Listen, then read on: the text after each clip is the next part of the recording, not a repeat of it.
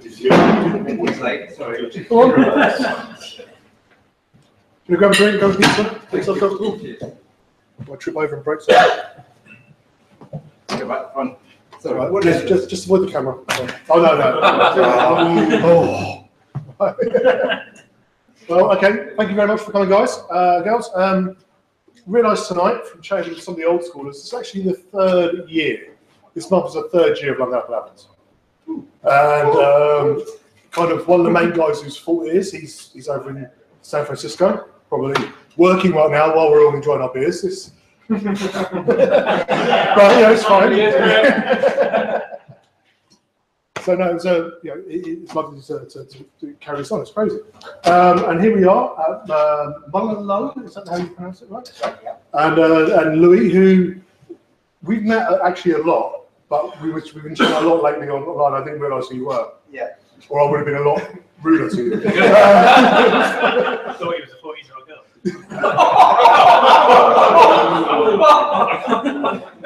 I used to be a scout leader.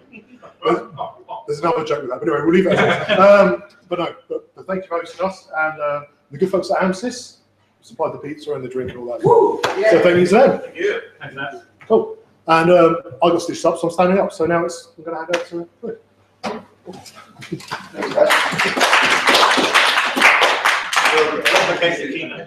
Lots of grouping. Fist twirling. What? Fist twirling? This is that thing? Fist twirling. That's what I keep thinking about. That's the thing. So, hello guys.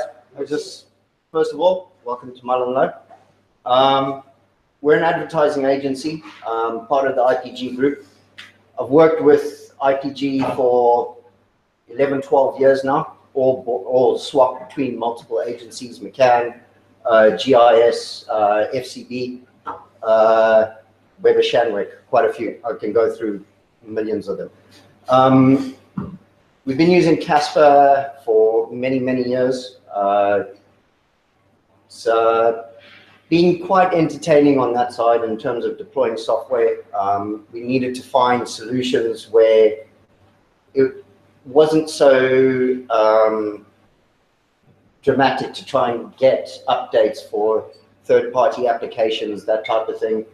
And also, for us in our environment, they always wanted us to deploy Mac environment Casper installations or Windows. I tried a Windows installation, didn't work so great for me. I've heard from other people it's been fine, but I've always stuck to Mac myself. I found it more stable than the Windows version, personally. Not to say that I'm correct. So basically what I'm going to do today is just do an overview on what we actually run in our environment today. It's going to be a short one, and I have to apologize because currently we've got 4 projects going. We're doing a 365 migration, we're doing a new wireless SID migration, and we've got 2 new companies which we are migrating in parallel as we speak. So I didn't have as much time as I would have liked to actually throw into the Mac admins meet. So basically what I'm running is I've got a Docker environment on an Ubuntu VM. So I'm running a MySQL database for the JSS in that. I'm running an AFK share from it as well, which is hosting my Munki repo. And Nginx is helping all of that out in terms of pointing everything where it should go. I have the Munki installation running off of my Mac Pro, and the same as the Jamf installation. With the help of some Mac Mule magic, I've actually got Munki running and looking like Jamf. If your users are like my users, they see a new admin notification and they actually freak out. They freak out when they've seen the self-service notifications, and that's been on their machines for like 10 years. So I wanted to try and make something that when they saw it, it was kind of familiar to them. I tried Munki 3 years ago, and at that stage, I hadn't actually looked into it properly and realized you could rebrand it to an extent. And I didn't want them to see this new notification popping up and things coming out where suddenly they're running to IT and they're going, oh my God, have I got a virus or something like that. And the last thing is I've got auto PKGR running at the moment with the CCP recipes and all the third-party apps. So auto PKGR is literally just dumping everything into my Munki share, and Jamjar is got multiple scripts set up in multiple policies for each application. So each one is set on a weekly basis, and it will go in and it will check against the share, and then it will just install the version if it's available. If there's a newer version, it'll update it, and it actually notifies the user of the version that's actually in there at the time. So it actually gives you the current version, or it will say no updates. The other brilliant thing about Munki and the Jamjar setup is it actually pesters my users. If there are updates that require logout, it just keeps pestering them. So if they get 8 updates in the day and there's no need to log out, they'll be fine. But if they've left Outlook open and it says you need to log out, it just keeps bombarding them 8 times a day, or as many policies that hit that machine. You need to log out, you need to log out, you need to log out.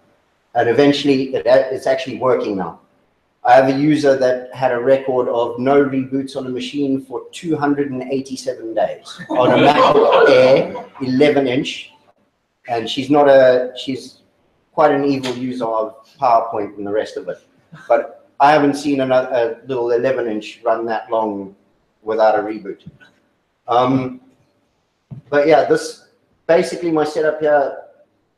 I only have started using Docker in the past few months. I started it because my Jamf Casper at that stage, my server fell over, and it was the MySQL side of it.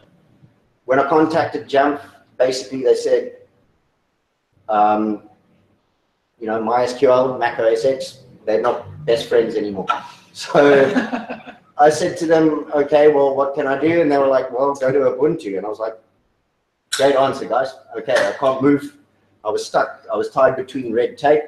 So I heard about Docker in my CCA, and I thought, okay, well, may as well give this a shot. So I spun up a MySQL DB, and I imported my JSS database into it. And I actually thought I was going to have a lot of problems from them being totally separate machines. It was going to have a communication error. And it actually communicates very well. I have had no drops. And in terms of machines dropping off, like I've had in the past where the agents have stopped working or whatever, that's actually now not happening anymore. The next thing I did is I set up the AFP Munki share. With this, I actually have other shares available on that VM. But what I wanted to do is, because I'd already done a Docker instance, I wanted to see if I could actually get something else working in it. I was in experimental stage. So I put it in the AFP share from the normal Docker repository, and I spun it up and it worked. So I threw everything from Munki into that, and then I just used Nginx just to bind everything together, make things a little bit cleaner in terms of the network traffic. I didn't want things going all over the place, and the original Munki that I had set up was all on the Mac Pro. So I wanted to get everything routing correctly. Munki on the Mac Pro, I left it on the Mac Pro because I looked at the Ubuntu setups and everything, and obviously with time on my hands and whatever, I probably would have attempted that. I personally am preferring to move more to an Ubuntu server environment right now, because in terms of VM and backup, etc., it's much more easier for us to recover that type of thing than off of something like a Mac Pro. So even with Jamf, this server's on a deadline. the next time it dies, it's moving to a Ubuntu server. I've actually taken that exact Jamf server and I spun it up in Docker. And all I did was move the JSS, the Jamf files, the folders, into Docker, and I spun it up with a Docker Compose file, and it spun right up with no issues at all. What I didn't like about it and why I didn't leave it in there was my knowledge of Docker and then trying to troubleshoot an error with it. I wasn't comfortable with. So I decided to revert back to what I knew. And after speaking to a lot of the guys on the Mac admins threads, not everything actually belongs in Docker. You've actually got to think about what you want to put in there.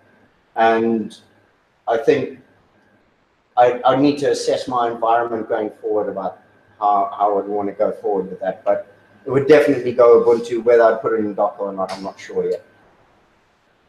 As I said, with Jamjar and the Auto PKGR has done a marvelous job of removing Composer from my life. I don't have to manually package things anymore. What now used to take me days of when you'd have the spurt of updates, I'd now just load it up and leave Auto PKGR going with an override recipe or such. So, is there a reason you chose AFP for your Munki share rather than SMB? We've just found that within our environment, the SMB shares, it's worked better with the Macs in history. I just chose AFP because I figured it would work better with the Mac. I haven't even touched on the SMB with Munki because I try to stay native with the Mac environment. SMB for us in our environment, yeah, when we've had issues with file names. We've had issues where it's just caused massive problems with saving data and everything. So that's the only reason. I mean, I haven't even tried with the SMB side. Yeah. So next up, with the Jamjar, it's actually I'll actually show you. So effectively what it's done is it's removed the Munki setup in terms of the notifications. So my users actually now get London IT has actually put this version, it's done this version, or it's installed this version. You get the logout complete, and you actually get a reboot required one as well. When you reboot, this is the sort of start screen you're looking at, and it actually locks the device so the user can't do anything with it, which is another, I can't tell you, I mean, they're just hard reboots and the dead machine, thanks for coming.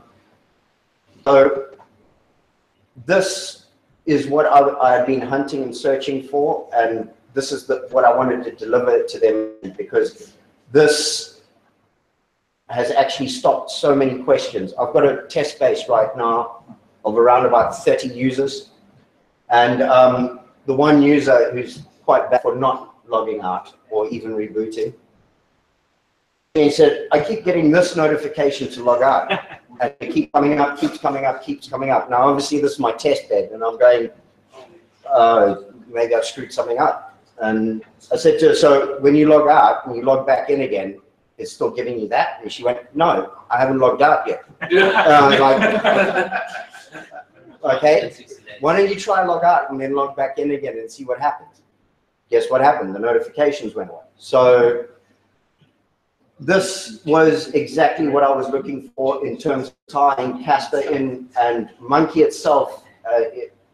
Once we've moved it into that point where it's automatically packaging stuff for us, it's freed up so much more time to look at other things. I can now concentrate on Docker, etc., etc. Munki's just and Auto PKG are just in the background, and every week they're just pushing updates out. I don't have to worry about it. Besides the fact of actually adding new recipes in, I've looked at adding in things like Ignite and things like that, but unfortunately at this stage, it seems to be quite a manual process for certain apps. Still way easier than using Composer. Composer, like, it would probably take me 2 days to package everything up that we use. And unfortunately, with us, I've tried to cut out most of the applications that the users are trying to use, but some of them don't. As soon as you remove it from the machines, basically what happens is the next user that comes in that uses the machine goes, I need this, and you're back to installing it again. So what we've decided to do is cut our losses and actually just put a standard set of apps on the machine. Munki just maintain them. So they're always up to date, they're compliant, there's no security issues with them. Yeah, I think that's basically more or less what I had to say.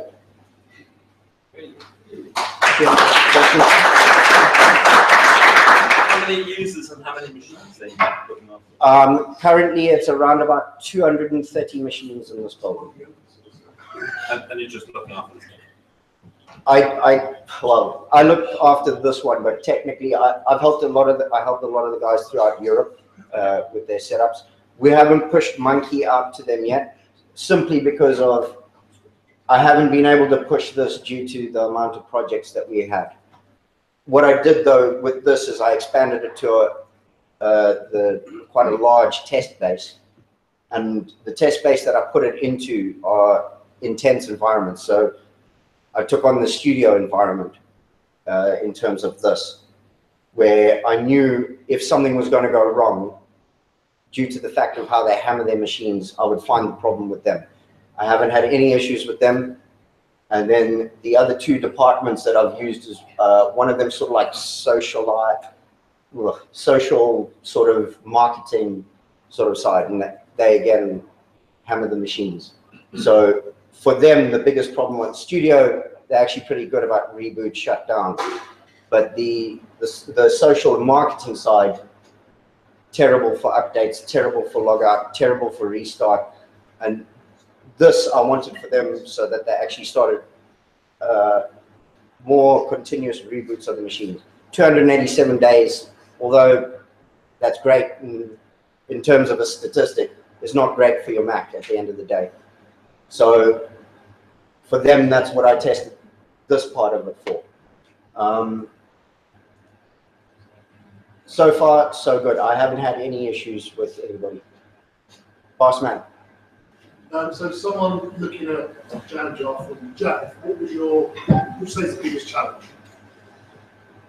Well, to be honest, let's get one thing straight. I'm a mechanic, okay? I'm not actually, I wasn't trained or schooled in IT. My biggest problem has been actually understanding how to implement a lot of this stuff. I'm a musician. Not from that, you're not.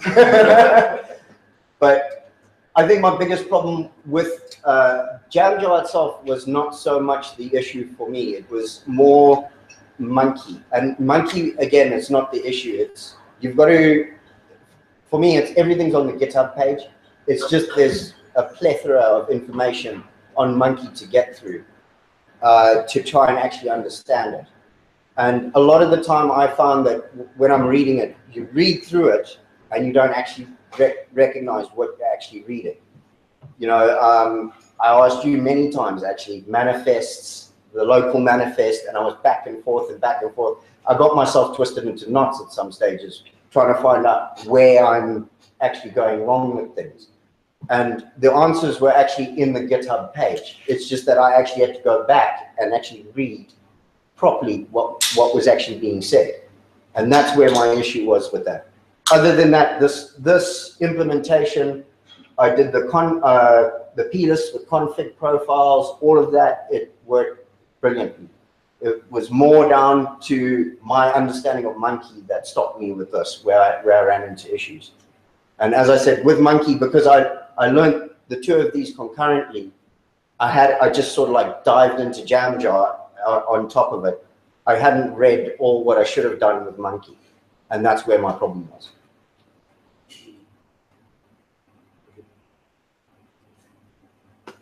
Cool. Thank you.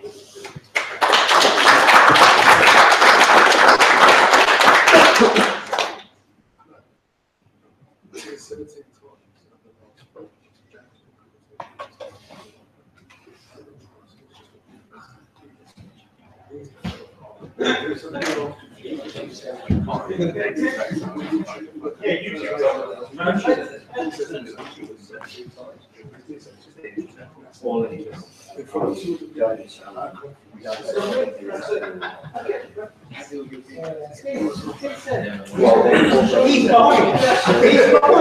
original.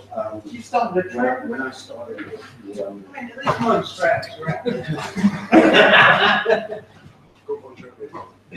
when I started with the CCS and my initial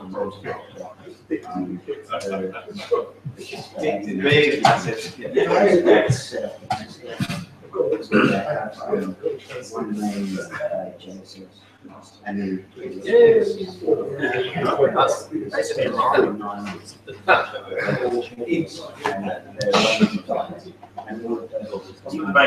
You are in shot, and this is the honest summer. I'm in shot. All my holiday slides. Where were you on holiday this year? Great Yarmouth. Best of good. Good evening, everyone. Hello. Nice lively crowd. Excellent turnout. Thanks very much, Lily. Thanks for hosting us. Thank you, Darren, for organising all the food. It's delicious. Yeah. I haven't even rehearsed this. I did the slides and then just went and fell asleep. So I'll try and muddle my way through. But I'm going to talk a bit about something called NoMAD, and I'm sure most of you have probably heard of it. Who here is using it at the moment? I am. Only a few. Okay. Who's thinking about using it?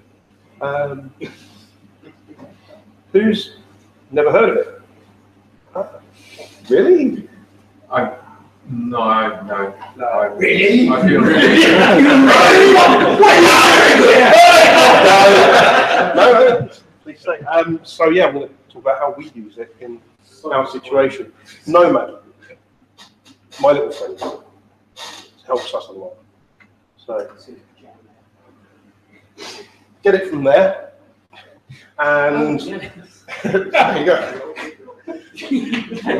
As Joel Reddick, who is the guy that writes it, or he's known as Mactro on the Slack, says, he says, NoMAD allows all the functionality you would want from a Mac bound to Active Directory without having to bind to AD. And what you get when you install NoMAD and you run it, you get this lovely little thing in your menu bar up there. It tells you lots of things. That's a no. What's the gnome doing? Yeah. No. Pointing up there.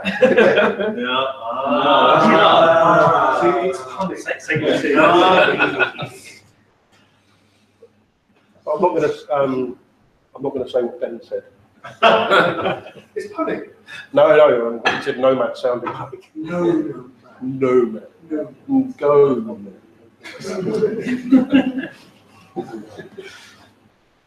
So yeah, you launch NoMAD, you get this.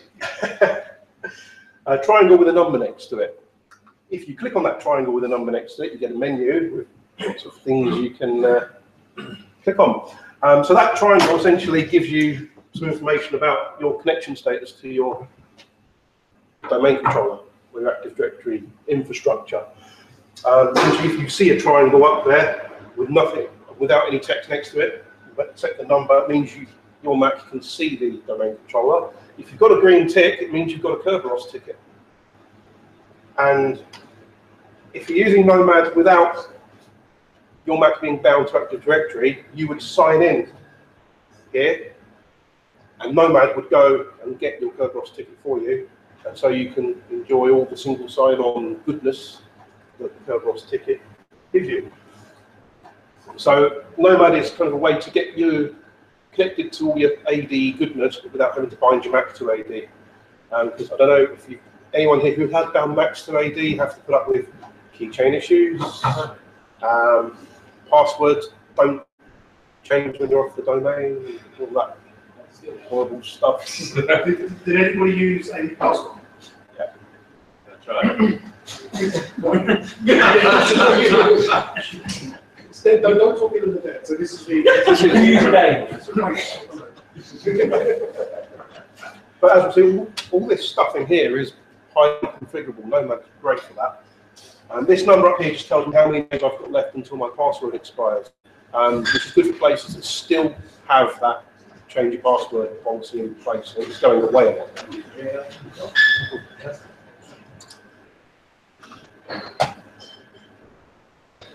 There we go.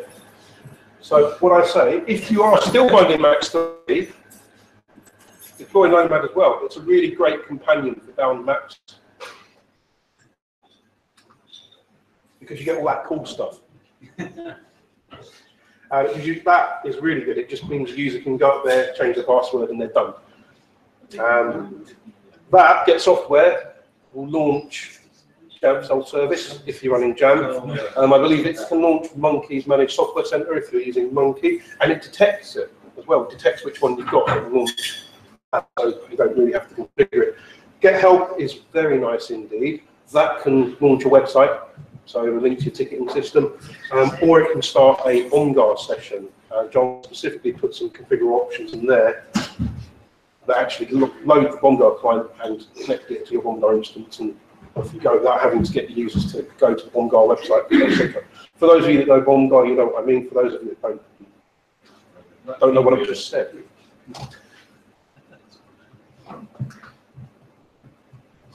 So, yeah, I still go into AD, and I still use NoMAD.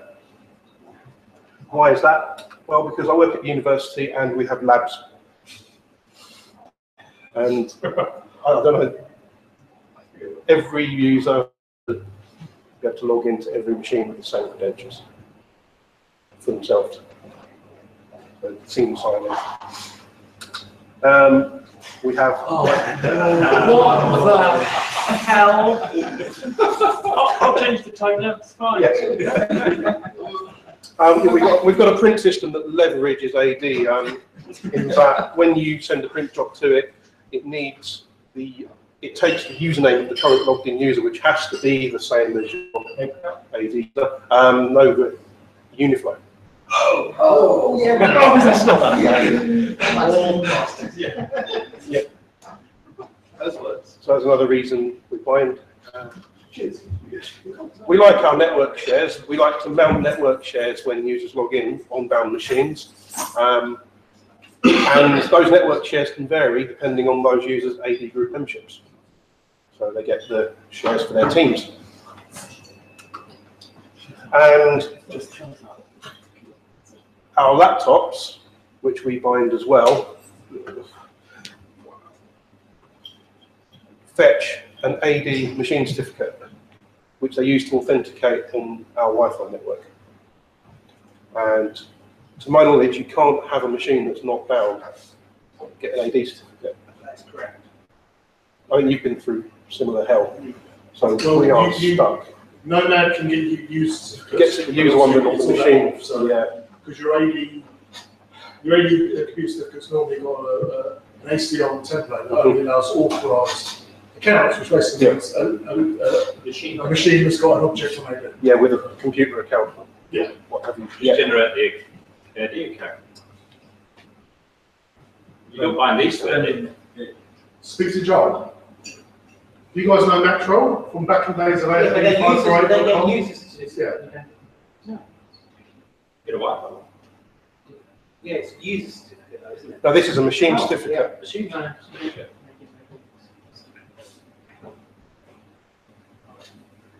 But as far as I know, in our infrastructure, if I deploy that profile to fetch with that AD certificate payload, it won't work if the Mac's not bound.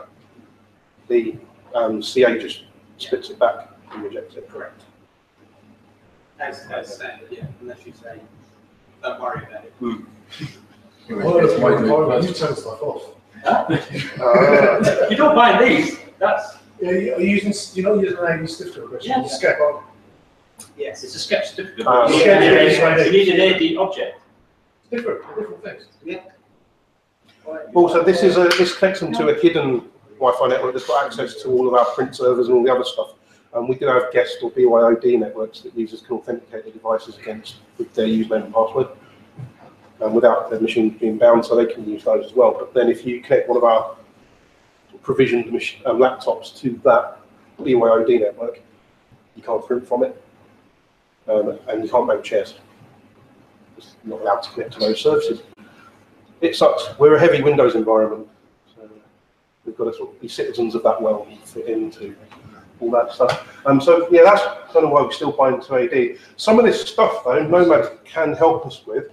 I think as long as the username on the Mac is the same as their AD username, printing's not going to be a problem whether you're bound or not with Uniflow, which is a nice little loophole because you can just create a local user for someone else. Print with it. Yeah. Which I found out and showed to the colleagues and they were horrified. Shares. Shares are coming in NoMAD 1.1. It was released a couple of days ago. Was it? Yeah. Well, hopefully, I think I've said it's the future. But Well, I I think I went up there yesterday. Yeah, there's some release candidates out at the moment for 1.1. I don't think there's gone live with it yet. And so one of the main benefits of binding to AD is that puppies, yeah, Kerberos, baby Kerberos. Yeah, That's why it said 50 heads, but you know, which strain of mythology? So, I say the showstoppers for us are labs. At the moment, network shares, which hopefully NoMAD 1.1 we might try and migrate away from, and that bloody machine certificate. So we have to stay down to AD for those two things. The other stuff NoMAD can take care of. So if you just rely on the other stuff, you can combine your machines.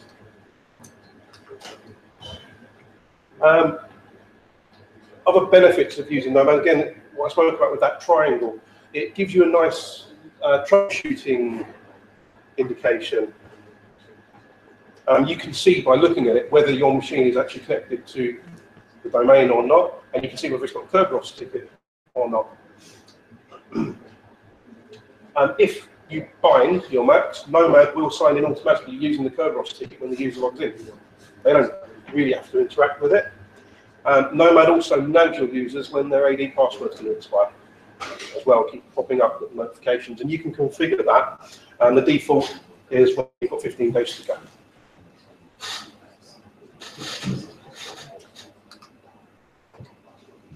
NoMAD does a lot more. We don't use this stuff. I'm just going to tell you about it in case you like it.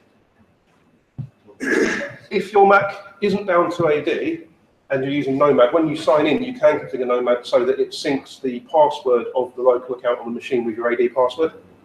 It syncs it to the Mac. It doesn't sync your Mac password the other way to your AD password. So it won't change your AD password, it changes your Mac password. And you can configure that if you want. So users have that kind of similar experience with their passwords being the same. Does it update the keychain? It does, yeah. In that. There's loads of documentation there. sorry, NoMAD uses the set keychain API. The web API is still update. That should update the keychain in time. Yeah. If it doesn't update the keychain in time, we'll have the bugs out for that. I'm not giving John an out. I've seen it. Yeah, and I've seen it. I mean, I saw it. I've been seeing it since 10.9 on 8 months, where you'd update even for using groups. It might not update keychain. It might get you like Firewall, because Firewall, Firewall password is different to keychain. Yeah. But you think you do use the same mechanism. Yeah. But NoMAD's preference domain gets populated with quite a lot of useful information that you can read, and you can probably write scripts and things to leverage that stuff in your environment for various things. I'll give you a quick demo of that.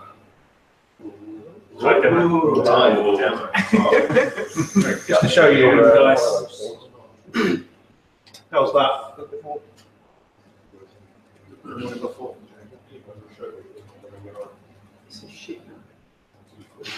That's why we're like. So if I scroll up and see what it's saying. There you go. So one of the keys is the groups array, and you can see all the AD groups you're a member of. That's very translated. That's You have to worry throughout the haven't started. yeah. Means I'm there forever. It also only reads direct group membership, doesn't read nested group membership. The latest betas do. Yeah, but we're not talking about Shut up! Agile development, keep up, come on. And your SMB home if you're using one, that kind of thing. So, a lot of information there.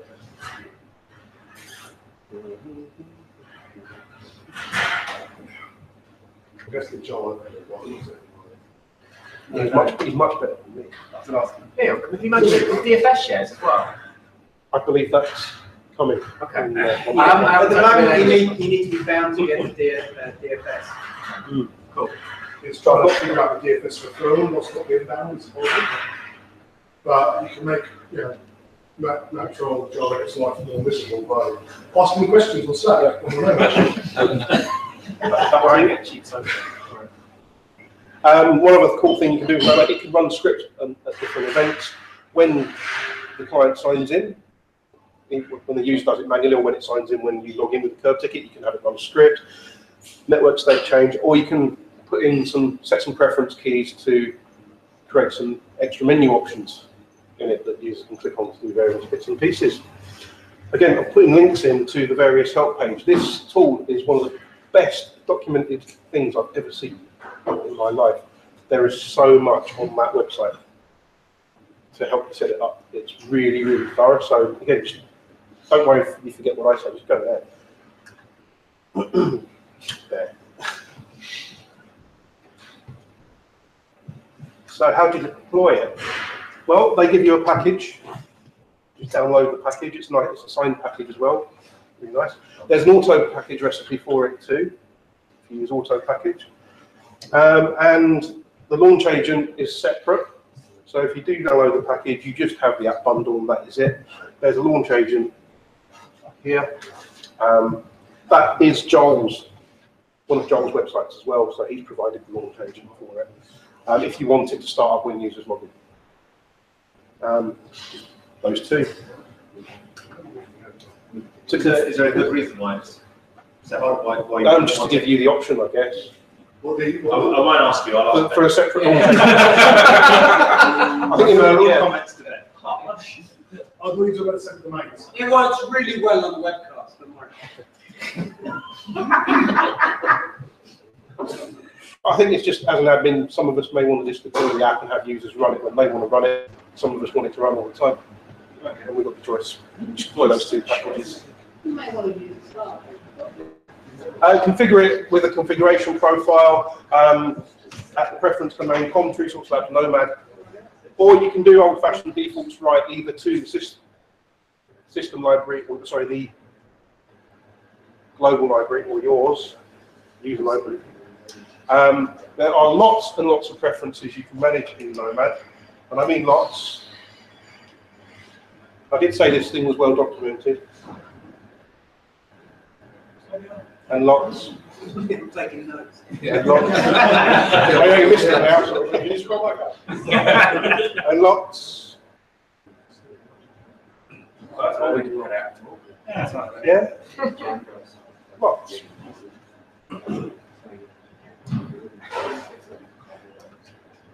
In our environment, we configure these things. The get help type and the get help options specify how that get help menu item works, and for us it points to our ticketing system. So a quick demo of that. I can go up there. Sorry? Two demos, yeah. See up there, there's my NoMAD not connected. I'm not on VPN. And so when you're can you see the AD sort of relevant stuff is grayed out when you're not connected, but the extra stuff isn't. So, get help. So Neil, what would happen if somebody tried to change your password in System Press? Here? Yeah. This is a bound map, so it shouldn't let you do it. It just says I can't change the password because you're not on the domain. If you weren't bound, change it.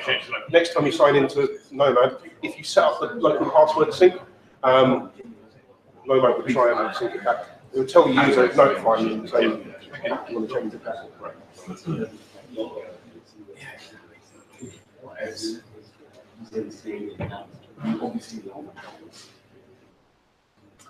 So yes, lots of other things you can configure.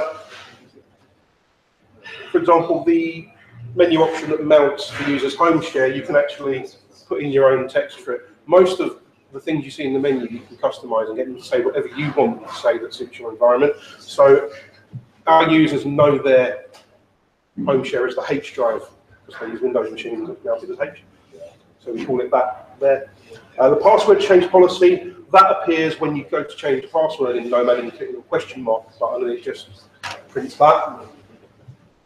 So they have a little bit of guidance on what to do. There are some other keys you can set that actually will guide the users as they type their password based on your criteria. I think that works more dynamically, but I haven't tested it. I also hide the quit menu item as well. So users can't exit NoMAD. It also opens forever. That password change policy. Yep. Don't use the pound or the return symbol. I inherited that, so Okay. it's always stayed the same. Never tested That's it. specific to you. Yeah. For a long time, didn't accept their pound. Oh, really? Yeah, in their thing. And I just thought that, am I trying Yeah, I've never actually questioned it. It's, so when I took on this job, that's how AD Passman was set up with something similar to that. So I carried it over to NoMAD when we moved to NoMAD. Tried it? No, I never tried it. Is your email? Yeah, don't do the Google one. It's very cool.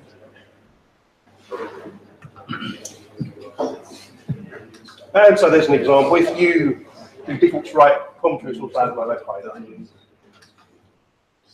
You set that preference key, and again, I don't know why I put this in the slides, because I think everyone here knows defaults right. Yeah, pretty much. That's not at all. If your machine's bound, it will pick up your Kerberos domain. Yeah, it picks up. Yeah, it picks up Kerberos realm and everything else.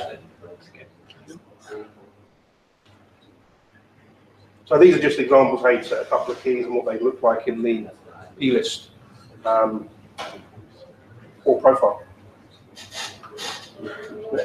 One really, really cool thing about NoMAD is that it's open source, and the BOMGAR integration is really, really cool. So I thought that was really interesting. I found exactly where that was done and where the Get Help menu source code is and what it does to actually get the BOMGAR app and open it. And I borrowed the code and I put it into my own script, and I have that running through a Jamf self-service policy instead, because that's what we like. And that's how I did it. If you go to my blog and have a look there, you know, I'll make the slides and put them.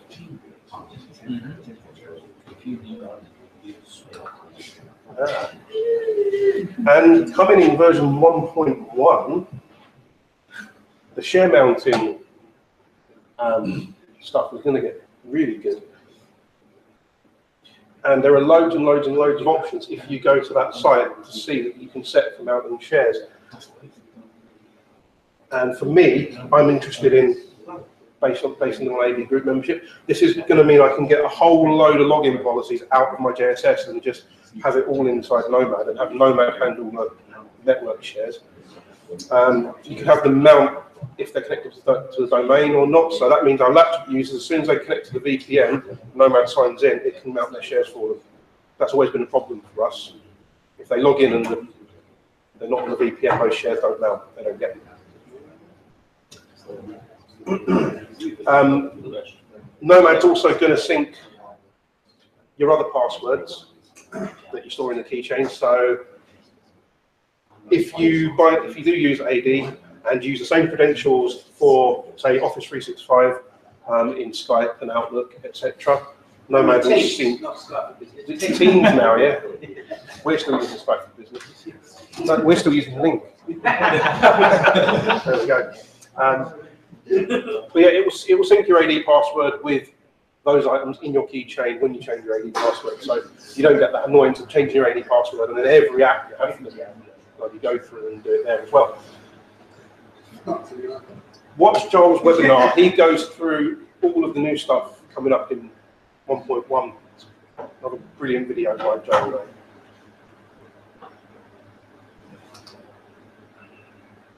And also, NoMAD isn't just for AD environments. It's configurable for LDAP, and I believe that is supported in the current version, which is 1.05. So if you are using, an LDAP directory server, you can get NoMAD to work with that as well. And there are currently a couple of products in beta. NoMAD Pro for working with identity providers. Currently they support Okta. And NoMAD PK Init, which is for smart cards. There's also OD support now as well. Woohoo! Running the directory. Good one of you. It's not a beta, is it? Neil, Yeah. what exactly did you type into Google to bring up a picture of a gnome with a button? That's a nice little bird. You didn't type it. Oh, it's a bird. Feel like It's a hungry bird. So if you want to find out more, there's NoMAD's website. On the Slack, you've got the NoMAD and the Active Directory channels. Joel did a fantastic macOS session in February. You can watch it there. If you get really stuck, you could always use a popular search engine.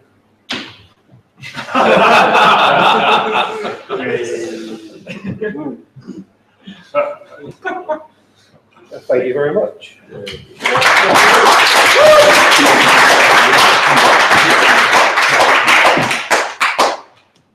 Any questions? If you've got some users of less than average computer ability, how much is NoMAD going to fuck with them? It helps ours out quite a lot because our help desk can just say, click on the green triangle, change your password, that kind of thing. So it's helpful for them.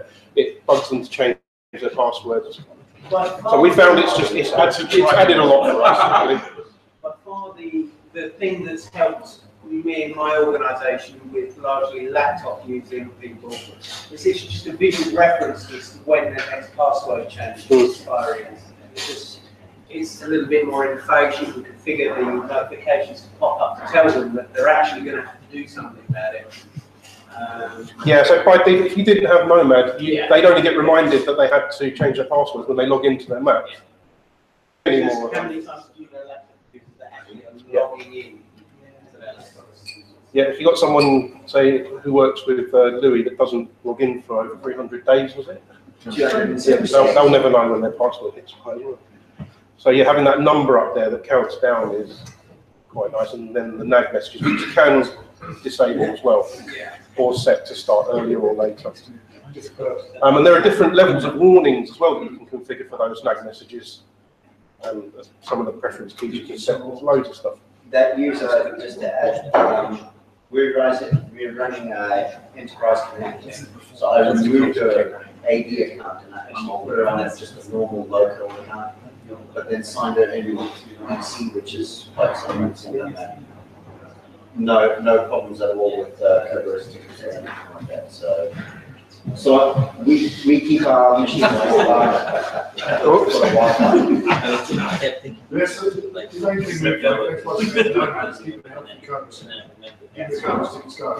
So your code was provided for your shares, for your printers, for SharePoint sites, etc. Keeps our thing going. Yeah, we've got those users that never log out. They stay logged in forever. So otherwise, when you've got Enterprise connected, no need to bind machines, no anymore, no problem at all. Just deploy and put PC on it. With the new SIPs that they're deploying that I was telling you about, the machines now need to be bound to get the new certs. So they've got to rebind around about, I think it's about 14,000, 16,000 max that they told everybody to bind. And I kept all mine bound, even with Enterprise Connect running. And there's still no config issues with that. So I think I've been up here long enough. Yeah, I think sure. This is fake news, Neil. I'm going to give John a go. So we've got John talking about monkey wrenches. I'm not even sure what that is. Okay. Yeah, the floor is awesome. Well.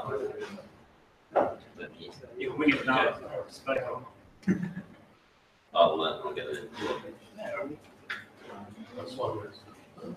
Oops. So, to the floor. Yep. Supposed to give it a couple of seconds before it. Yeah. It usually works. Do you need a clicker? No, I'm old school. Oh. It's the word usually works. It's not famous last words. Also pet. Just got to give it a minute before you unplug it.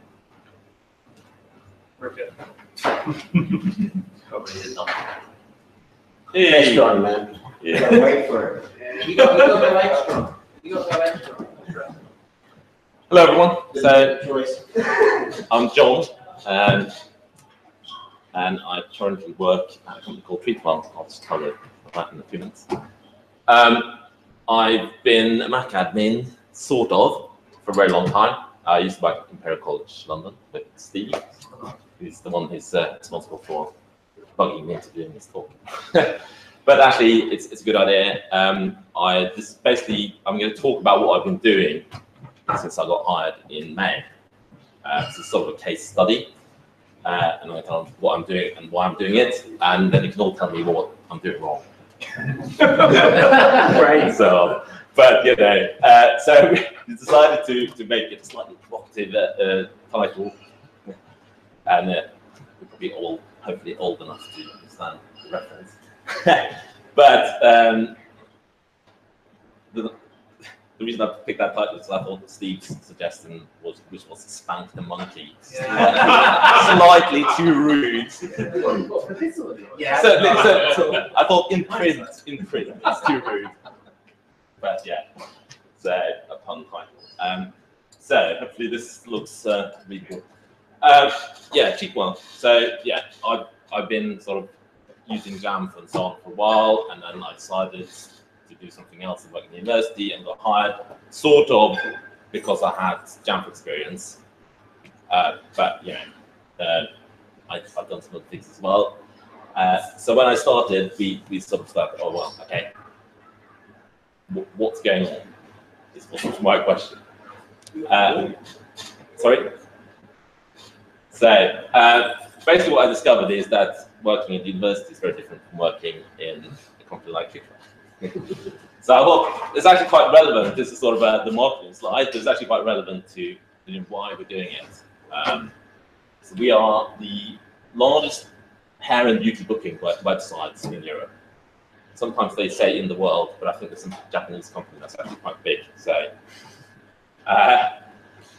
we have over 500 people now all over Europe, 11 countries, and it was a startup in 2008.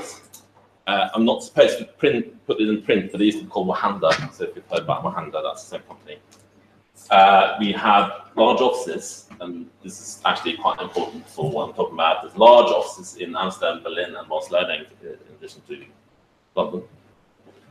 And we have lots of other countries where we have either small offices or people working in these offices. And just, you know, there's a website and there's an iOS and Android app that users can use, and it's actually this sort of B2B app as well that is actually in the salons themselves. Very different from what I was used to at the university. Oh, that's supposed to be a screenshot today of our website. We've got some nice designers actually, so it looks all good. Looks better than our university website anyway. So what are we doing?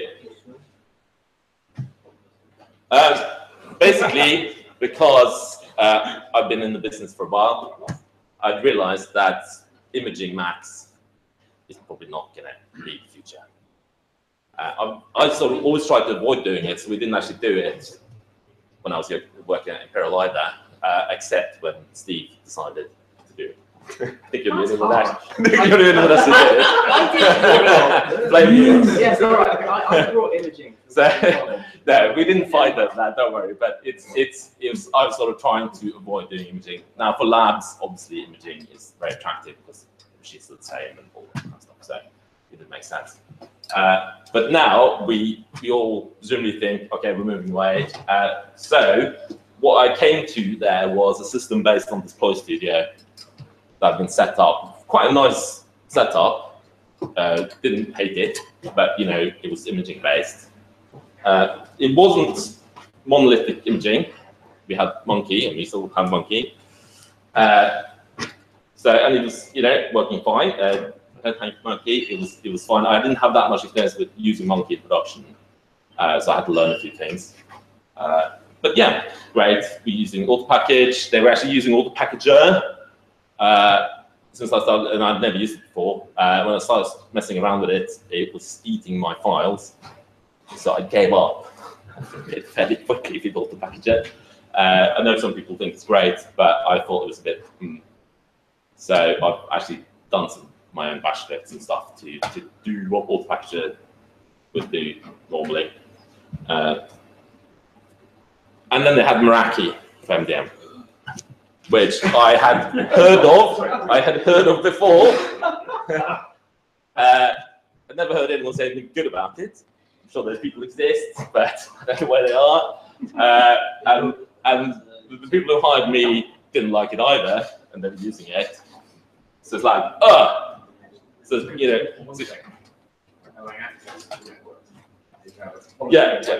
No. One of the first things I tried to do was to push out the policy to disable Siri in Meraki. There's a tick box you can tick, which disables Siri and whatever they call it on Windows, Cortana. And I pushed the button and pushed out the policy and looked on the machine, and there's absolutely nothing coming out on the client end. It doesn't work. It's like, yeah, this is a great product. No, none of us like Meraki. So yeah, okay. So basically, what's driving this is they're thinking, okay, we need an MDM replacement for Meraki because it's not working. The plot thickens. We're also using auto-package, as I mentioned, also using Munki admin. So we have IT staff who are not super nerdy, who are not very happy with using a lot of online tools. So we're also using Munki admin for that reason. I actually quite like Munki admin because it's actually some of the things that it's quick and easy to do. Actually, I actually use it for as well. So that's fine. So nothing crazy. It sort of worked, but we obviously also want to move to the DEP-based solution. I'm sort of racing through a lot of this. I'm sort of assuming the rest of you guys know what I'm talking about anyway. They had started using DEP most for iOS and had sort of tried to put it into Meraki, and it sort of worked. Yeah. But not great. So yeah, what's going on? We want to move to the DEP-based solution, and they were already talking to Jamf before I got hired. so it wasn't a big shock. We looked at other products as well. Now, remember, the company is a startup. I estimate, roughly 80% Mac out of those 500. There's developers who use Linux, who I don't really care that much about because they can sort themselves out most of the time, except when they're trying to print, which apparently is very hard. I spent at least a couple of hours today actually trying to tell them to use PostScript printers. But yeah, don't know why. I thought that's why open source started, to be honest. wasn't that why Stallman started an open source movement? But hey, I'm being very rude to our Linux guys now. They're actually a very clever bunch of people. But then we have also some finance people and some people who absolutely have to use Excel with very, very large data sets. And that doesn't work on Mac. I mean, I didn't have to tell them that, they told me that, but I've tried that as well. It doesn't work. Excel on Mac is still not a very good product. So that's why, and they're using it for other stuff as well, for some reasons, but that's the main reason. So we have some Windows machines. There's not a lot of them. we're 80% Mac. So I said, okay, we're picking this to manage our Macs. That's the real reason why we're picking this. If you want something that manages everything, we should look at a different product, because it's a Mac product, or an iOS obviously, we use iOS. So, and no one really disagreed, so we did that. I'm going through some of the other reasons why we're doing this. I was also told we want this to work, now, because they've already been faffing around for a while with this, and it's like, all right, we better get something running. So actually, when they started, I was thinking, hey, all this nice open source software like Munki that we're already using, we could use that. And there's like, well, open source MDM, or really, yeah, I've heard that exists. I'm not 100% convinced that's right. It's not there yet, is what I would say, from what I know. Maybe I'm wrong. I swear you can tell me I'm wrong. One day, open source MDM will be great. But I needed it now, and I wasn't comfortable. I didn't have time to go through all this and implement all these components. So it's actually one of the reasons we picked the Jump Pro was, okay, we know we can. I need a product. We know we can do it fairly quickly. The other one is, if I implemented a whole open source stack with 10 different open source products, there's no way I could train everyone in a team on this. It'd be a huge training task. Very hard to recruit people who can fit in and so on. So we have there's 6 people in my team, including my manager. But there's basically 4 of us who are doing this type of stuff. 2 of them are not in this country. They're in Germany and Spain. So easy to use. Okay, Jump Pro is easier to use than if you're cobbling together your own stack. So that's why we're also moving away from the open source stuff. And we also need to be able to say, oh, we can scale this up. Now, of course, you can do that in many ways. But this has implications for what decisions you're making. And this was, when I started, this was my biggest selling point. This should work everywhere. Now remember, we have offices in different European countries. They have their own local LANs.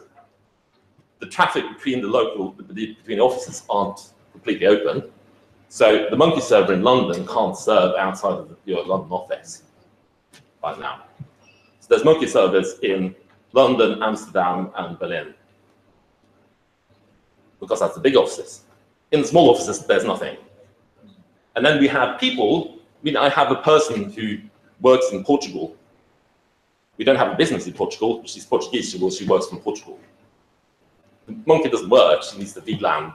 You need to VPN it just to get updates for her software, which she then never does. And she's a smart person. She's doing fairly techie stuff. So for me, it's like, okay, I want something that works. It doesn't matter where they are in the world. We have sales agents who work in Ireland and France and whatever. The other issues, there's one other issue, is that the imaging stuff we have set up only then works on one specific VLAN. I know you could do it in another way, but that's obviously a very common way to do imaging, is say, oh yeah, this is dangerous stuff, we don't want users to accidentally image stuff. So we create an imaging VLAN. Yeah, it's reasonable. You can probably stop them in some other way, but that's a very common thing to do. That's another, so it only works on that specific desk in the specific office. It's like, oh, great, yeah. And of course, in some offices, we have no IT staff. I don't have a single person in France or Italy who knows anything about computers. And that's a challenge, right? And then, as I was saying, with people not in the office, and then also, we've inherited some infrastructure from a previous member of staff. And to be honest, nothing is consistent. Everything is sort of slightly differently configured because we've grown organically and all this kind of stuff. So, bits have been fixed there, bits have been fixed that, and stuff like that. So all this makes it really hard for the old imaging solution. So we bought Jam Pro Cloud. And I thought originally, oh, we can use Munki and Jamjar, because that looks great. Wonderful. And then I just to try it out, I just used cloud distribution points and pushed out stuff like that. And I was sort of warned off, I think, by some people to not put very large packages on cloud distribution points and stuff like that. But I did it anyway, and it works pretty much all the time. When it breaks, it's not the server that breaks, it's the client end that has problems. Dodgy network connection, whatever. That's usually why it breaks. So we've done the standard, it's the standard setup with S3 and CloudFront, secure URLs, what's that called? Whatever it's called. The one that times out and has an encryption key in it. And then, I haven't actually done this yet, I also want to use auto package to do the packaging stuff. Now, currently I'm actually manually creating a lot of stuff in Composer. But I've done that for a while, so I know how to do that most of the time. Why is the GT? There's also occasionally some packages that I actually can't find a decent recipe for in the package. Maybe it exists, but you know, if you spend hours hunting around for one that actually works, then you know, it's fun. And then the other thing I'm going to try and do is try and integrate with asset management system, which I'm used to having from Imperial. But there's a completely different one now, so I need to do some scripting. And we have Jira Service Desk, unfortunately, my favorite product. But it's a service desk product, and I'd like to integrate with that as well. Yeah, apparently you can now integrate to some degree with that. So that's what we're doing.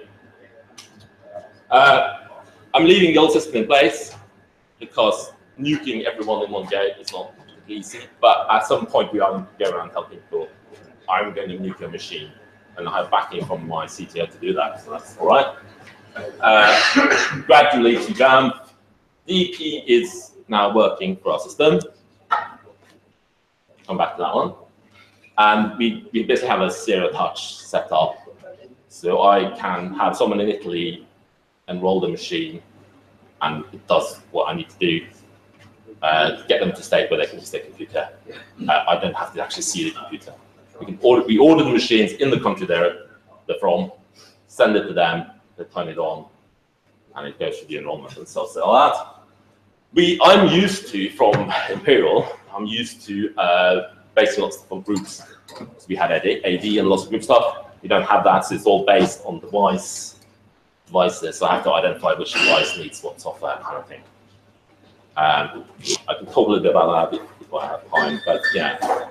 Eventually, I do want to use things like NoMAD. So we are moving away from AD. We're not binding either now, with some exceptions. We actually have some multi-user machines as well. But yeah, we're basically shifting away from that. Most of our machines are now going to be not bound. We are using Google for our identity management. So we're a Google shop.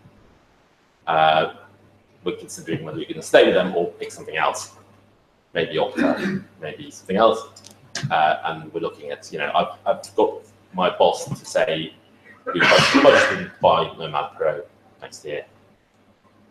That's what he's telling me, at least. We'll see. We'll see. But he's all for that, so that's good. Issues, yeah. DP sounds so great. Occasionally, it doesn't actually work. It's very annoying. So, you know, I have had a couple of salespeople try and enroll their machine, and it hasn't done DP. Which is very annoying.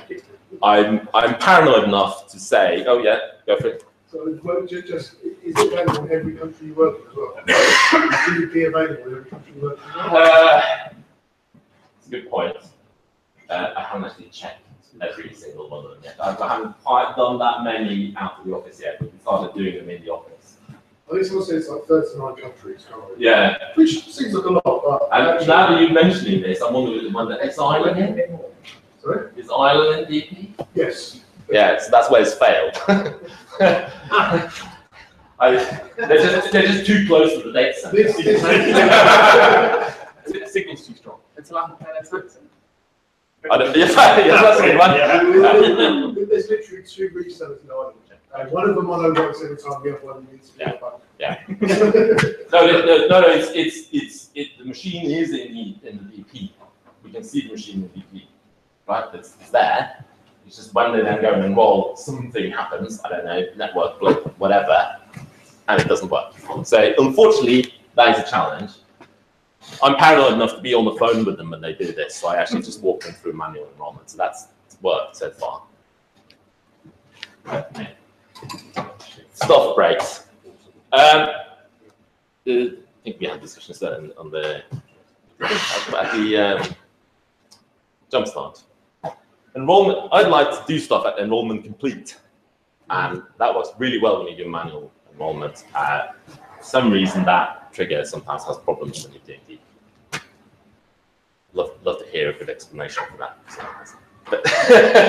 But yeah, which is a shame. It would be great if immediately after enrollment you just started kicking stuff in. I'm actually using /buddy to do stuff. You don't need /buddy to enroll stuff. It's just really nice to stop the users from messing around. And it gives them nice fluffy feedback that things are working. CDN, so we're using CloudFront. Sometimes it updates really quickly. It lulls me into a false sense of security that the policy I've rolled out is going to work.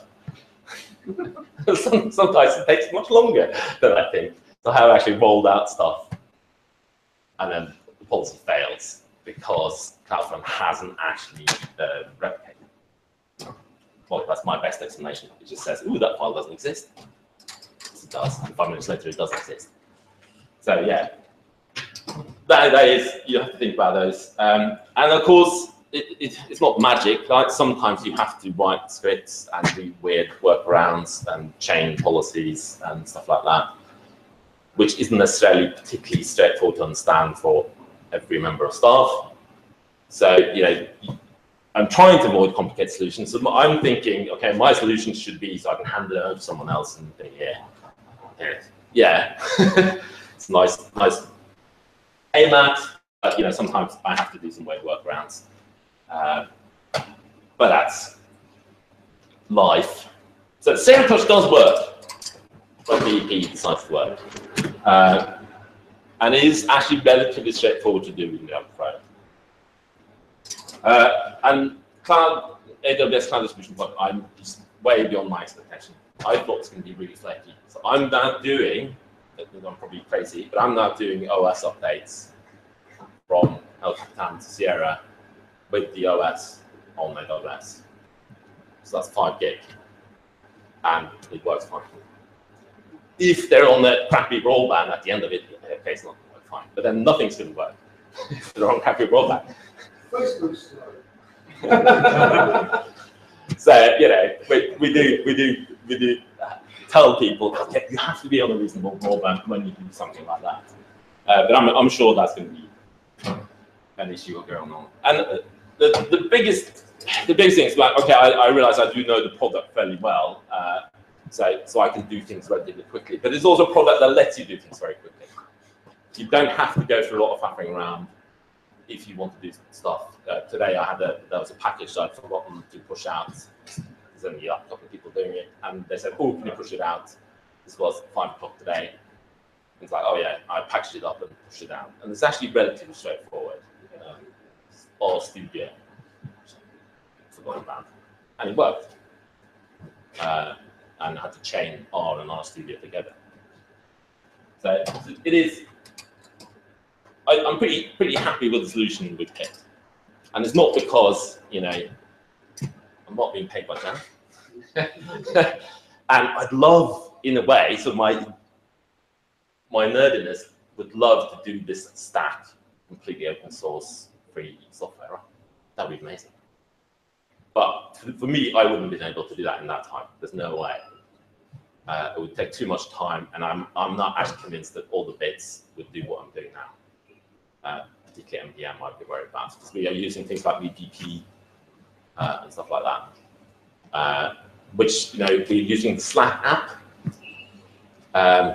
Slack app, when I started, was bugging people about the updates. And if you know Slack app, the people who made Slack app have created this bonkers update system. Squirrel framework. I mean, they made the Squirrel framework, didn't they? So they come. No, it's the Atom guy. Sorry, I think it's Atom who made the Squirrel framework. Yeah, no, I think it's Atom. Great, it doesn't matter. But I mean, it's weird and it nags people. So if you're not admin, a lot of people aren't admin on the machines. It nags them about an update they can't actually do. And it was I looked at how to do that in Munki, and you have to do some really weird hacks. So I was like, actually, if you just use the App Store version, that problem just goes away as if by magic. Because you just use the App Store to update. It's like that. So VPP, even though we're not paying any money to Apple for VPP at the moment, it's all free apps. It's just a really nice way to update, for instance. So actually, MDM and VPP is actually making my life easier. And I just installed the CFO's machine this week and seemed really happy. So my pension is sorted there. So that's it for me. Questions or complaints? Yeah. So without everything coming from the cloud, you're like saying, you have some folks who won't be internet connections. I think it's just going to take time. How do you manage those expectations with people? How do you? Yeah. So it's that problem is a real problem, but it'll be a real problem whatever back-end solution we pick up. So when I do enrollment, I install sort of as little as I can get away with. We're Chrome-based, if Chrome has to go on, I have some other small tools. So enrollment is very lightweight. There's very little data going over on enrollment. I'm not installing Office, for instance, because we don't actually have Office licenses for everyone. It's with G Suite. Occasionally, someone needs a big package, but that's actually a relatively small number of people. That's what the wife says. So yeah, okay, and then you might have some issues around that. But compared to not having anything working at all, having self-service work everywhere in Europe is actually a big improvement on the existing system. So I'm looking good so far. At some point, someone will have get better, higher expectations and stuff like that. But yeah, you obviously need to think about what you're doing when you're pushing up. But in the office, we have reasonable bandwidth, so that's actually not a problem. Even the 5 gig to do an OS update for us is fine. The timing-wise is not a problem, except when the internet fails. But that I'm blaming that. I mean, you could always do sort of have a website with an S3 sort of bucket sync, and then do DNS, point that into your office, so you've got distributed. I didn't understand what you mean. So, well, instead of pulling it all from the cloud, I mean, well, it's all coming from S3. Yeah, so then you can just have another web server internally. Oh, you mean cache it locally? Yeah. Why? Yeah, but the money is not an issue. Which is money. Yeah. Oh shit. Yeah. So the money is not an issue, and I would say a few seconds. Seriously, it's not a lot different. They're not sitting there waiting for S3 in our office. So I would have to create another infrastructure layer just to save a few seconds. Seriously.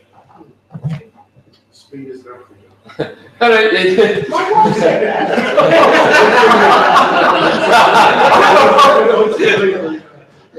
I know too much about the wife now, but no. So seriously, I know this is the way to think about it. And we are using caching server because why not? That really does it. No maintenance, right? You can turn on and forget about it, which is what we've done. So for those bandwidth isn't a real issue for people people in the office. Where it is really issue is on home broadband.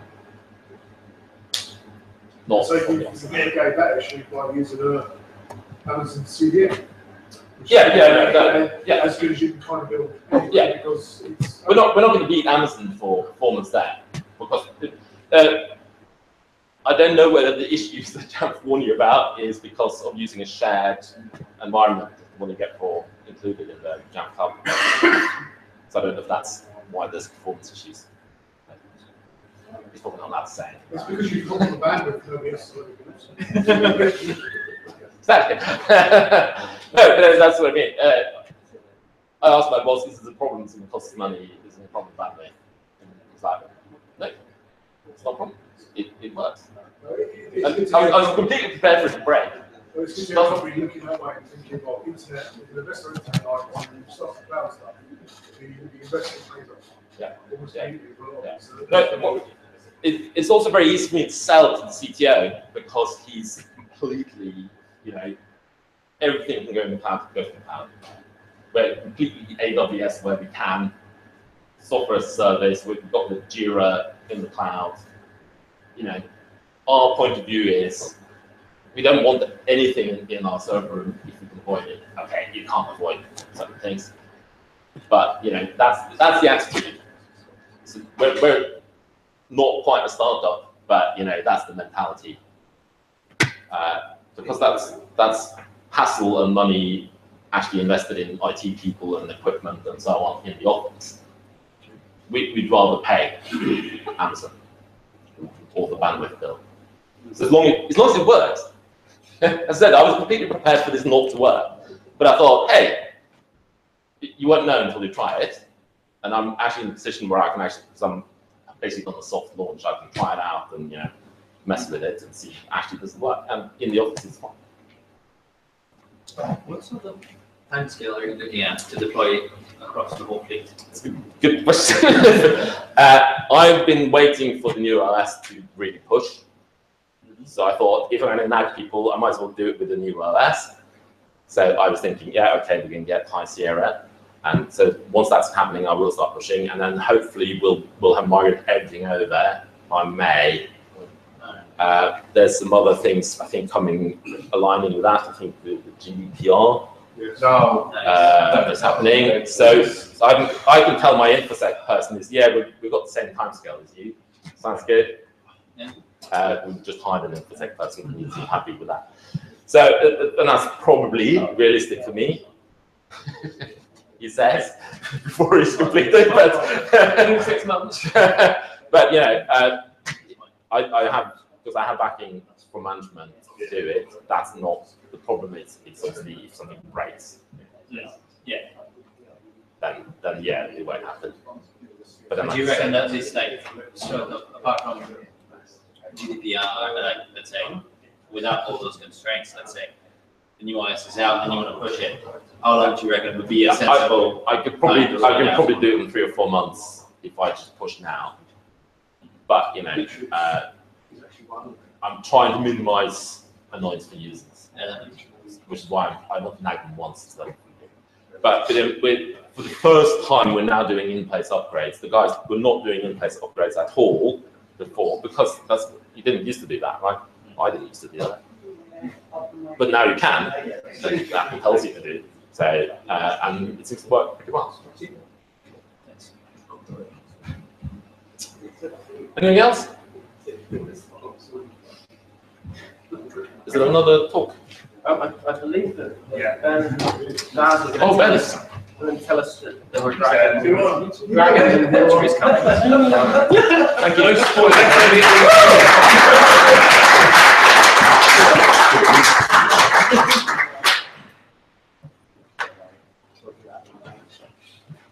Probably more entertaining for the mouse that's running around to present. I know, it's great. You've had enough of me. I'm going to make sure you do it right. That's actually fine. It's kind of like the way that I didn't mean to, but I kind of ruined Neil's talk. I'm just going to carry on like that. It's all right. Sorry, Neil. Something about payback there, wasn't it? Oh, you've got the dock on the left. Ah, just go heathen. I'm sorry, that's company policy where I work. Bad person. What, beer? No, dock on the left. Who sets the company? You don't see their background. The MD. Yeah, definitely. He's not here. Right. Apparently, according to Neil's slide, we've got an hour for this. So, everybody's gone to the toilet, 2 minutes. everybody's well watered, and everything. Get the abbreviated version. Honestly, guys, if you go to the toilet, drink a drink, whatever, stretch your legs, Have a kit, whatever. just, don't stand the ceremony for us. It's only me and him, so that's fine. Nightclub equivalent of 10 to screws. So come on. So yeah. Sorry, I think that was the generation before us. I don't know. I want to talk about You're the one yeah. standing outside the toilet. So High Sierra, it's coming. 2 weeks. Golden Master released tonight, which was really annoying. And So if it's wrong, it's because it's changed since I've done it. why? Because I worked on something till 1 o'clock in the morning on a High Sierra, the latest builds that we had currently, because of a vendor wanted me to fix an open source project I have for them, so they can test their next major revision of their app's imaging product. You guys fill the blanks. And during the event that was on 2 nights ago, they didn't really announce the High Sierra release, but if you go to High Sierra's page, it says 9.25. So it's coming out at 9:25 AM on Sunday, apparently. That's why I read it. I had it translated. Apparently that means not the 9th day of the 25th month as well. That's September 25th. This year, it's going to be coming out. A week Monday, so you've got just over a week to prepare for those day 0 people. Brand new OS, a week Monday. It's not a blank. It's a bug thing. It's just Well, I'm going to leave Darren talk about We're having a can of worms now. There you go. So this top was based on a bunch of KB articles that got released the end of November, end of August, sorry. So I have tried to keep us up to date as things have changed. As far as I'm aware, it is up to date, apart from kind of sections aren't referred to as scale. They're referred to as something else, which I've forgotten. Ukulele. Ukulele? Yes, ukulele, that was it. That was actually it. So I apologise for anything wrong. Feel free to holler at me if it's wrong. I'm sure you will, so get in there first. Essentially outline a load of changes that come in with iOS, macOS, and some of the Pro apps. There'll be links at the end as well as a bullet post, so don't worry about writing down any URLs because there will be a couple. First one, nice and easy. Apple Pro apps and High Sierra. Basically, if you've got your apps for the App Store, you might run a free update, but you're going to be fine.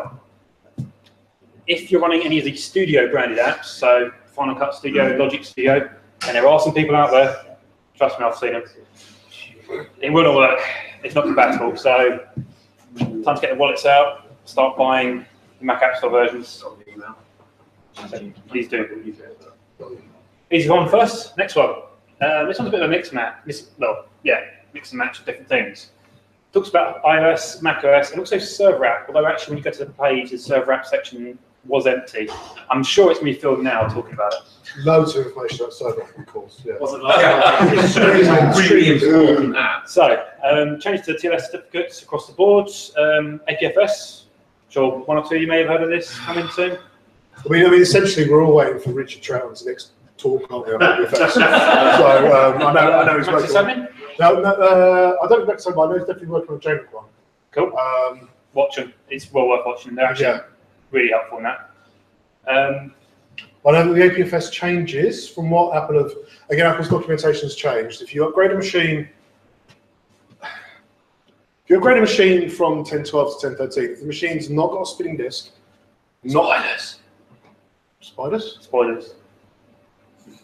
Not got a spinning disk, not got a Fusion drive. I think you're going to move to APFS because they might have considerations and issues with pieces of software that might not be, the 10-year-old academic program you've been running has received an update since it graduated.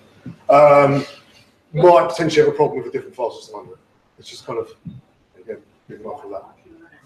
Okay. So, TLS certificates. Anything using the SHA-1 certificate won't work. Anything with an RSA token less than 204 8 bits also won't work. So, check your internal certificates if you're doing any. Make sure they're kind of current. What's the polite way of putting that? Yeah, speak to your internal CA folks and make sure they're from this millennium. You are going to have problems, but unfortunately, the orgs that potentially might have these issues are going to be the ones where it's slower moving and this is a requirement. So Apple have been saying about this for a while, but hopefully you guys have looked it up and you can run up the flagpoles, whatever you can do. Cool. Those using 2.1x or Radius, ETLS will now default to version 1.2. There will be an option, and it is in Jamf's 9.101 release, for example, in the network payload to manually specify a lower minimum version. I would also take that as an indicator that Apple are going to stop supporting anything lower than that. Maybe in the next 12 to 18 months, perhaps. For a bit of speculation out there, but if it's going to cause you a problem, I'll just deal with it sooner rather than later. Otherwise, you're in the same situation as the first two. The main thing is with all this, we're giving you a warning. The GM came out today. Install the GM. There's anything that's not being true for you guys. If it doesn't, awesome. If it does, you probably want to speak to someone. Hopefully not yourself, because then it's going to cause It's awful work. It's difficult. Yeah. It takes up practice. So, APFS. If you're running Flash, it gets upgraded automatically. Sounds familiar? Spoilers. If you have got file shares on a server and you upgrade to APFS, they'll only be available over SMB and NFS, not AFP. So if you're running majority AFP because it works better in your environment, you might want to check. We're running cloud mostly. It's just my Munki share. Right. Okay. So clients will still be able to connect to AFP. But again, that's probably another sign Apple will deprecate that. Or sorry, it is deprecated, I believe. AFP. Yeah. So it'll probably go maybe next OS, maybe like log in, log out hooks, not ever. But if you're doing kind of Jamf imaging and you've got a distribution point that you've got image from a local source, you're looking at AFP, SMB, so you might want to make sure the SMB kind of thing works, especially if that's hosted on a macOS volume. Before you hit the upgrade button, that might lead to a little bit of sadness. So. Again, if you're only creating people hosting Mac shares, home drive shares on a Mac server over AFP, you might need to update your directory system, user records, that kind of stuff to point to SMB rather than AFP. If you just go, YOLO it and go for it. And if you roll out NoMAD, it could pick it up. Yeah, there's a dedicated caveat to ask this. Kex. Who knows what Kex are? So how many folks deploy software that has Kex is absolutely required in your environment, or the things not allowed on, and all death and all that madness ensues? Right. Good luck with 10.13. Over to you. OS X70 introduced signed Kex. They had to be signed to be used. Now, if I Sierra in addition, sorry, Signed by who? a Apple proper it's not famous apparently. Signed by a specific Apple developer certificate. It's not just the normal certificate; it's a special one that Apple will approve you for. Yeah, and I actually recently found that I was signing my apps for the past 2 years with the wrong certificate. So it's quite there's a lot. Yeah. So yeah, it's one of them. So with High Sierra, in addition to that, an end user will need to accept every new kernel extension for it to run. But hold on, I'm holding the spoilers back. Again, a dedicated I've learned from my earlier so we'll go through that. Sorry. Actually, I'm up for this with you. We're not the worst double M's. Does it start? We are really that. Well, okay, who's got a really old school AD? A really old school AD functional level. We're all friends here. Who wants to admit it? No, 2003. Who knows what their domain functional level is? Right. So yeah, it is 2008. You will be surprised. You might want to just double check because, again, that could be. You can say, "Oh, we thought about doing that 2 years ago, but squirrel or whatever, just somebody gets distracted or whatever." So it's worth. They do exist. They do still run out there. So yes. Yeah. As I said, remember, this is two folks who work as consultants and stuff like that. We see a lot of customer installs and that. We know there's a lot of folks out there with 2008 Active Directory. Maybe it's not you guys. Just warning you. NIS no longer supported. Who knows about NIS? I was expecting to be University. I need to go to Wikipedia for this. I don't know if it's an age thing or an experience thing. We'll go for the experience thing. It appears to be some sort of network discovery. Network information service. So You don't have that enabled in your directory. Is it a bit like Apple Talk? No, before that. Oh wow. Okay. So, it's gone. It's actually died now. Apple no longer supporting it. It's like Yellow Pages. It came off the Yellow Pages. Yeah, So Actually, there was if you use that, then there you go. Yeah. So imaging. Imaging's not dead.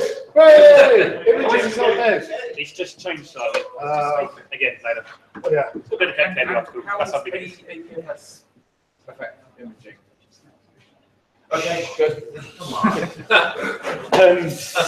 This is based on Apple's KB articles. There is a few that have broken out their own KB article after this, hence the weird order. Content caching apparently was never supported on VMs. What I mean is, on 10.13, you don't need caching server. You can potentially use your whole fleet of devices to cache, be used as a caching farm. I think Windows has done that with some updates or something like that. But this is not supported on VMs, but there might be something where you can actually have the person next to you caching a VPP deliverable item rather than having your Mac Mini. Potentially. I'm not. It's interesting. Yeah, how's it work? How's it work? So if you've got the VM but your store is somewhere else. I don't think you can cache content for other devices, but you can use the other cache. Again, it's just play. I also kind of imagine it would affect people using ESXi based to virtualize their macOS servers. I'd assume it would be the same. I don't see why it wouldn't be the same, essentially. VAR-DB configuration profiles is now SIP protected. So the directory is, but not the contents. This is going to be important. If you guys have got, if you guys are doing DEP enrollments on an MDM that only allows one local user to be MDM enabled, historically you would unenroll the MDM. If the profile is unremovable, you could actually just RM that folder and then try and do a re-enroll and see if that works. Well, actually, this folder seems to be SIP protected, but maybe not the contents. I read it differently, but yes. I would defer to you on that one. No, if that's a particular workflow that's important to you guys, because you can only have one local MDM enabled user. If you want to, if Mac was mine and gave it to Darren, the workflow you're supposed to do is actually reprovision the Mac. In a no imaging world, you're supposed to wipe the Mac and start it again and pass it over to Darren. What image it? Yeah, in order to bring VPP working. So double check those workflows. I've not either. Again, I'm hearing it from other folks. So because I read that as that directory's contents. The idea being that you could actually undep your machine by nuking that folder as a local admin, or you could dump profiles in there to be installed on first boot. Which no longer works. Which no longer works. So something like, I don't know, someone can literally jump in your machine, chuck in something that redirects into an NDM server if you're not already registered in one. Well, if you've got that in your auto DMG, OS DMG, you're checking profiles in the start directory to try and connect to wireless, etc. Not going to work anymore. It's like 10.13 OS. So yeah, just be aware of that if you're using those in your workflows. It's like DEP all the way. Yeah. Next one, about imaging. This current year's hot topic, maybe more than that. Maybe I'm reading into it too much. Well, and this is also, no offence, no, it's the document. It's been superseded by vendors, etc. So Jamf have mentioned that they've got, with Jamf imaging, they're going to have a workflow for firmware. Careful of the terminology there, Jamf imaging. I don't know if it's going to come out for Casper imaging. No, I'm not getting a yes or a no, I'm just getting it looked at, okay, it's fine. But there was a thing in the document said about Jamf imaging, which might become with a major release of a version of things like that. But yes, there's a thing about firmware updates and APFS, etc. The document goes into a bit, it's a bit misleading. There's a few of us that have submitted requests for Jamf to kind of, Jamf, I have no idea, it's Apple document. Apple to kind of help clarify some of the wording on here. But essentially, you can kind of do some imaging in some contexts, but you might need further updates for the devices to see kind of the APFS volumes, etc. Okay. Yeah, so something you might notice, you don't get firmware updates anymore, but as a separate install, which is not helpful in some cases. From install by OS installs, updates, upgrades, install macOS X app, for example. Deploying pre-built images does not install these updates. So your full fat monolithic images, for some of you guys that might still be doing that. Your auto DMG images, auto damage images, anything like that, you wouldn't be deploying firmware updates to other devices when you install those disk images to those machines. Again, target list mode, if you run a full install macOS X on target list mode, it does not work as far as firmware updates go. If you look at Imager's blog, we all know Imager, don't we, because of Graham? Everybody? Everybody, Mark? Yes? Yes, dear. Yes, right. He's got a mention on there about a script that other folks put together, etc. Workflow, pulling down the most appropriate firmware, etc. Is it? Hey, Graham.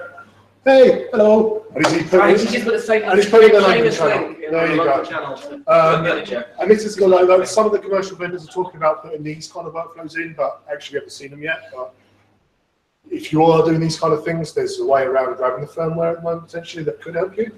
But it's obviously, if it's really important to you guys, you got 2 weeks or whatever it is to have a look. So yeah, crack on. Well, a week Monday. I'm going to give you a little bit more time, but don't tell your boss. It's fine. So as per the Apple KB article, these are the only supported mechanisms to make sure your firmware is correct or relevant to the OS you have running on the machine. macOS installer, so install macOS app.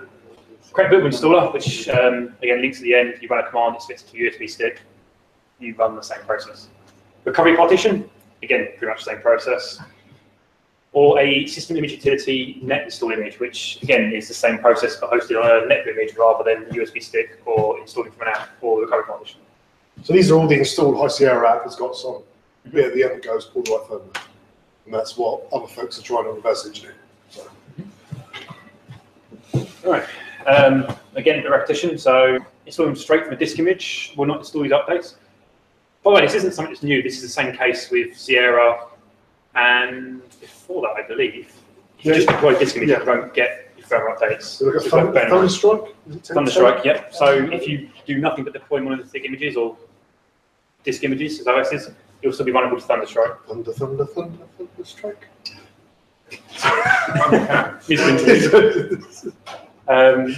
Yeah, Apple made some interesting comments there. Explicitly that it'll be unstable and unsupportable rather than their usual undefined, which leaves a bit of a grey area. That's quite explicitly saying, don't know. But I do love this last comment. Apple doesn't recommend or support monolithic system imaging for when upgrading or updating macOS. I mean, I don't think everybody's thought of, I don't know, if I'm going to update the macOS on this machine, keep all the software and all the settings, etc., I'm going to nuke and pave. In my mind, sorry, that sentence just reads as wrong. I kind of, you know, I never thought of that as, I'm going to do a little upgrade. I'm going to nuke and pave the sodding thing and then throw a thing down and hope it works. That's what they. It does present an alternative workflow though, where you could use the app to upgrade it and then netboot it and lay down a disk image. Because that's easier than just installing, isn't it? It's a bit more work, a little bit. I recommend it. So these are your options really, and again feel free to correct me when I'm wrong. Munki and Jamf Pro both have built-in support for using Apple's installer apps for doing an in-place upgrade, so you should be covered with that. There is some changes with the binary on that, which I know has been worked on. Secrets.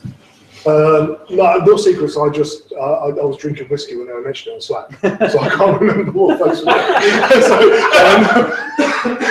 I know there's been changes, so I just know that there was some stuff that wasn't particularly, like the response from the binary wasn't what folks were expecting on certain projects. So it's been worked on. Yeah, sorry. Again, system image utility.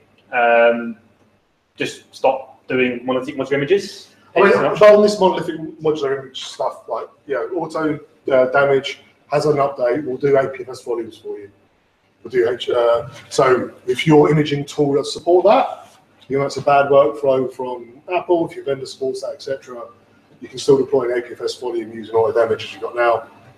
It's just, it's going to take maybe a month or two for the dust to settle and everybody to know how to image with the new OS, I think, because it's all, there's these new rules now. So.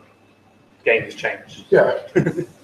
A possible current method, if there's one available, again, it's not supported, it might not work, it's just kind of a theoretical thing, is to carry on deploying your image via an OS, OS via an image, and then over the top, lay down the latest combo update as a first boot installer. And then the idea being that would then install any required firmware updates as long as that combo update includes firmware update, which it normally will do, at least in the current 10.12.6.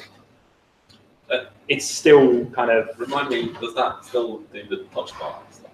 No, touch bar has to come from Apple if you fully nuke the entire disk. If you just nuke the volume, that touch bar S should be safe. It shouldn't need to be reinstalled if I'm remembering that correctly. And with APFS, you get more than the 2 volumes you're expecting as well. You get macOS HD, VM, preboot, EFI. You get 4 volumes now. If you write something that worries about mount points, etc., you might want to double check APFS because it can break your netboot app quite badly and make you work till 1 o'clock in the morning. Sounds like experience. Talk about someone else. Anyone think of anything else that might possibly work? I know there was, because of the difference of what can convert and what can't convert to APFS, there is the potential that you can install an HFS volume to any model, and then the OS decide if it's going to convert to APFS. But then you've also got to try and look at the firmware as well. So it's a bit of a mess, but I'm sure that as we work as a community, let's say give it a couple of months, we will figure this out. We're the dust cells on this, and the vendors are working on this as well. So it's going to be figured out. It's just a bit. I mean, Apple has changed their documentation the past week, so which makes it very difficult. Cool. Which is nice to APFS, which has its own dedicated document or own dedicated KB. Basically, if you're running flash storage and you upgrade to APFS, so you upgrade to 10.13, get it right there, you will be upgraded to APFS. Stuff. If you're party SSD. Pass. Let us know. I don't know. Yes. Pass for the audience. I'm only saying yes because I know it works with VMs. So I think they don't really care about who and where. They just want to speak. They just want to know the type of volume rather than. So, yeah. Is it something that can be opted out, or with Flash? It doesn't appear so. Am I correct in that? Yeah. The document readers know you're getting upgraded. Some of the Trackcan Mac Pro OWC hard drive upgrades don't report Flash correctly to the system. Well, let us know the 1013 upgrades go, yeah? Actually, I'll be quite happy. Will do. I'll get right on that. I'm going on that straight away. If your Fusion drives or the old spinning Rust drives, you will not be automatically upgraded. I haven't had a chance to test yet. Do you get an option? Have you had a chance to test, I should say? I have no physical hardware. No. That's what she said. No. As expected, APFS can read and write to HFS plus volumes. This is wrong. Is it? No. APFS devices can read write to HFS. Yep. So 1013 devices run APFS can read. HFS devices will need 10.12.6 to read APFS. To read and write. They can read APFS, but it's broken. And they can't particularly write to it. I'm going by the official documentation. I know, but they're wrong. But what you've tested, yes, overrides. So trying to create AutoCAD MVI, I mounted an APFS volume on 10.12 and then tried to ditto the contents across. You ditto the whole OS volume to a sparse image. This is what Apple does, system image utility. It sounds horrible, but that's what's worked in, I don't know, 6 versions of the OS. And that's what my app does. It just takes what Apple does. It fails on 10.12 and an APFS volume because it doesn't. Some of the stuff it looks for. It sees files that aren't there. It doesn't quite see. It's weird. If you go onto 10.13, it's very odd. But essentially, if you want to read and write to an APFS volume, you need 10.13. Just it's the easiest way. But Apple opened this one my last couple of months of this, so maybe it's tied into a late security update or something for 10.12. Yeah. 5-watt volumes just get converted the same as non-5-watt volumes. Nothing special there. Boot camp is supported with an APFS. I suppose I should word this carefully. Disk that shares APFS volumes, except for if it's a 3 terabyte disk over Fusion drives. But Fusion's not supported anymore on APFS. Yeah. So this is the problem. Basically, this was written. Hold on, is it? This notification was written before the other notification was written. What Fusion was supported with the other manual? No, yes, sir. doesn't automatically do though. Again, let us know if you've got 3 terabyte fuse. That's our button there. As I mentioned earlier, if you're trying to create a file share from an APFS volume, you won't be able to share it over AFP. SMB and NFS work fine. APFS devices can connect to AFP shares. There was a typo on a vendor's KB article that got fixed quite quickly, I believe. That said you couldn't, but the case is you can still connect to AFP volumes from a PFS Mac. Apparently, Time Machine just will continue to work as is, except if you're using it over AFP for Time Machine server or some other NAS. So make sure to switch to SMB. Do time capsules do SMB? I've never used them. Yes. I need to check. So time capsules are basically kind of done now. If you've got a time capsule, And it still works with its enterprise class drive. Yes.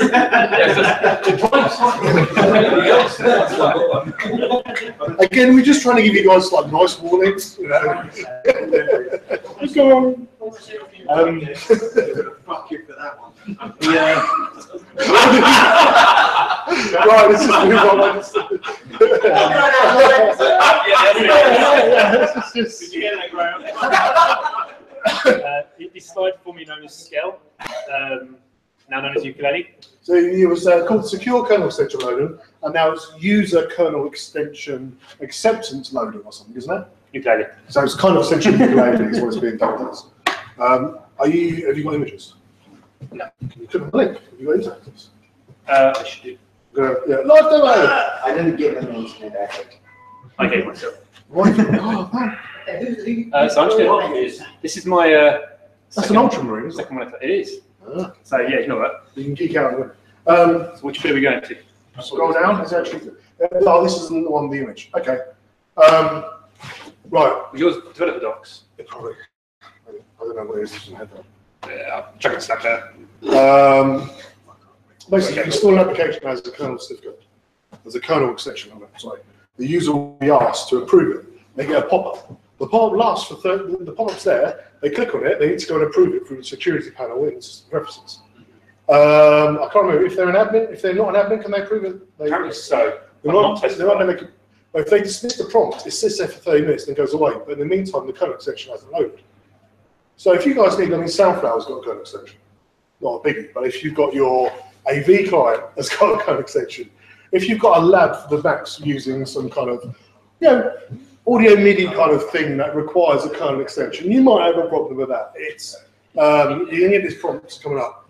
Now, this was a big thing for most of the beta releases up until 8, I think, or 9. 8. And we got to 9 before the GM, which was today. Where now, if you've got an MDM, so if your device is enrolled into MDM, then there you go. Then an MDM profile is installed, the scale behavior is the same as Sierra, which basically means as long as it's signed, you're good.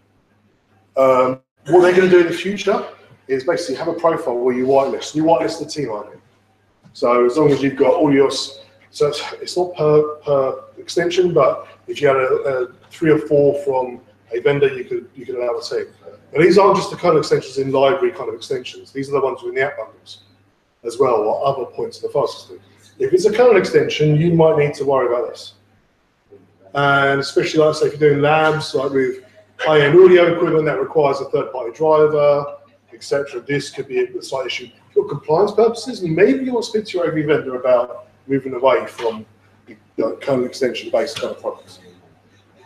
So is this going to work on any? These tests, when they are giving approval from the user, is that every user, or is that just an admin user on the machine? Thank you. I think it's everything. Again, it's one of those things to test out because it has changed. But I think once a user on the system approves it, it's okay. But you need to trust one user can approve it for the whole computer, I think. But this has changed a bit between betas. I thought I said it better. I'm not sure if the GM has got any new behavior. I know I sent over some dodgy info I haven't checked. Files in the pub. So, right, okay. Sorry, you were saying? Any MDM profile will work. Yes. Because this behavior. Yes, this is the interesting thing. So it looks like as long as the device is enrolled in MDM, it seems to say that. It doesn't particularly say about having a DEP enrolled device, which is the one for a lot of folks. So it seems like if you want to be crazy and enroll your devices into Profile Manager, and you should probably get away with Skill, but carry on managing them with Munki. If that's what you guys want to worry about, potentially you could. In that instance, I'd be looking at micro MDM, which is common, quite got leaps and bounds and stuff. But yeah, there is. My worry was more for Meraki as a system manager. Everybody's worried about Meraki. So yeah, potentially, it doesn't seem to require DEP. So it looks like you can do the other roles. Okay. Can you still save it in the recovery environment? Yes, much like you do the network wireless. The problem is it also lives in the MV RAM. So you do a reset? It's gone. Oh.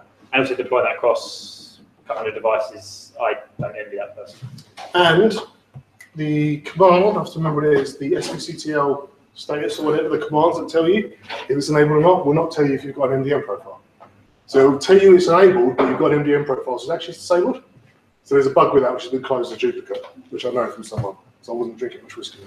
So, but there's certainly, again, these whole kind of things are gotchas. Please play with them and see what effects you got. But GMs, I know GMs late. I hope you guys, I hope this isn't new to many people who are kind of going to be affected by this, because in our work, in our line of works, we should all have like developer accounts. We give this go.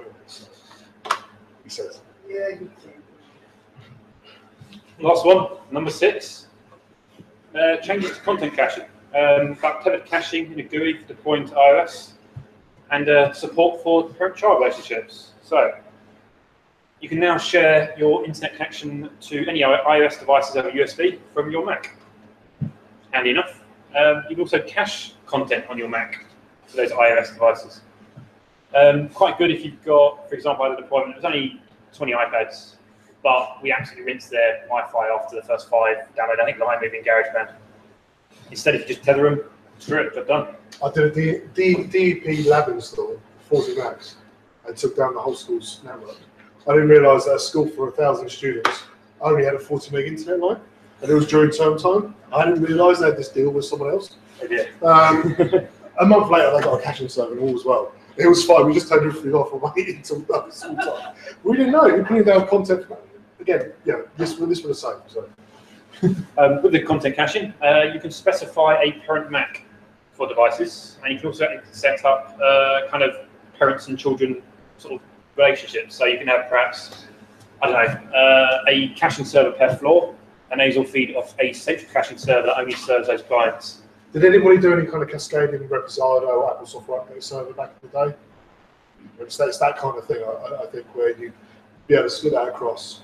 Although you don't have the option of approving updates, obviously, I think it would be that line. Cool. Does this say about server app anywhere? No, it does not, because it wasn't any public KBs on it at the time. Okay, all right. This is not macOS server. No, this is plain macOS client server. iOS devices need to be 10.3 or newer. The host Mac must be on Ethernet. I saw something, someone said the opposite of this, but the KB does actually say it must be on Ethernet to share its connection. I presume if you've got anything like this that doesn't have an Ethernet, somewhat Ethernet should be okay. Again, I assume, otherwise it's a bit redundant. Yeah. Also, tethered caching, it prevents system sleep. So again, laptops, get a charger in there, otherwise you won't see much about it after a while. So if your screensaver is kind of, if you're not doing a screensaver, but you're kind of kicking it on off the system sleep, etc., you might want to just make sure it's in effect, because that could be interesting. Cool. That's the end of the KVs. I think this has now been removed from server app, hasn't it? I think caching. I couldn't see it now testing on VM, so if that's related to the no content caching on VMs. Well, I think server app on a VM now doesn't have caching as an option. I think someone else wanted to test, so we have someone shaking their head. Someone know? That's not shaking. Oh, okay. Just basically disagree with what I'm saying. It's fine. No, so I mean, for us, what we do, we get customers to buy many, or maybe server out for a caching service for their iOS. We now might not have to because it's built into iOS, but there's also, you folks might want to turn that off because you might not want somebody caching a load of content. And then you've got to look at the iOS, the iCloud content caching as well. I don't believe that's an option. Yeah. We need to review Doesn't that. do it under High Sierra, I don't think. iCloud content. Let's double check. So it's not because you need it for shared iPad. So I would expect it's all under the same banner. But I thought, I might be wrong, but the last thing I read was that in order to do iCloud content, you needed server app. But that could change. But if it's not in the latest server app. Yeah, well, then it's So this Yeah, just to reiterate, this is done off the KB articles that were provided publicly, bizarrely early. Yeah. Well, to do it in the first place is quite bizarre. it's very welcome. Very extremely welcome, yeah. Definitely proving of that. But these are actually, these are around probably beta 8 or beta 9. I think most of these were last updated, if not before that. So hopefully it's changed. If it has, it's for the better. So those are all links talked about, the KB articles, and then the Bluetooth installer at the bottom. Some homework, further reading. APFS. I was going to give a particular blog post from Rich Troughton. I decided just to go through his like a tag, basically, or a category from his blog, because he can talk about this for what, a couple of years now, different APFS, what's coming, and all brilliant. I personally saw Max's app in 2016, and it was a really good talk, really informative. I think you did a really good talk at Macaduck. I mean, if you don't go to Macaduck, you should be there and see it. I mean, some people have to work it. But if you don't have to work it, I mean, feel free. Around February, we'll leave that. The thing formerly known as Scale. Again, Rich Troughton straight in there. A guy called Pike Alpha had a quite interesting post. Now, Pike Alpha is an awesome guy. I've met him online a couple of times. Oh, yeah. But he's basically a lot massively involved in the Hackintosh community. So when I've actually found a lot of help with his blog posts when I've been trying to reverse engineer NetBoot, which is really weird because of the errors. But yeah, just be aware of that. He's got a good pedigree there as well. But he's and then that guy Graham as well. And this Sound Mac, that's some other guy who might be around here. Yeah. And then we've got Script OS X, I can't remember the guy's name. And Dr. K. Yeah. Yeah. Oh, yeah. But everybody on here is on, well, Piker's not anymore, but everybody apart from Piker is on Slack anyway. One of the guys, Sound Mac guy's over there. But anyway, see, there's a lot of that community stuff, so I think there's going to be development on here. If you're on Slack, if you're not on Slack, you should be. If you're on Slack, there is a blog feed channel where people's RSS feeds of their blogs are going up. So in the next 2 weeks, it's probably going to be quite busy with people finding these bugs and stuff and post them up there as well. So yeah, keep your ear to the ground and be aware of what's coming. Cool, thanks for that. This is up on that blog post. So there's one thing that I've noticed as well. Go for it. So if you guys use a Casper MBI or Imager MBI, so my little apps, it takes between 8 and 9 minutes to netboot a machine. But it takes that time if you do it for system image utility. Now Apple have... So it's not your fault. I've done a bug report, Apple have acknowledged it with another... I know someone else did a bug report, and theirs got closer to dupe of mine, but I've had no updates. So here's an issue. If my apps are no quicker than system image utility, that's the article in which I work. So yes, I mean, enjoyed my apps. I've done some betas the past 2 days. So the Casper MBI is the latest. It's updated to Imager MBI. It should work with APFS, etc. Question. Yeah. 8 or 9 minutes boot, how much to image? Is this the same imaging? Well, this is the thing, because that's not my problem.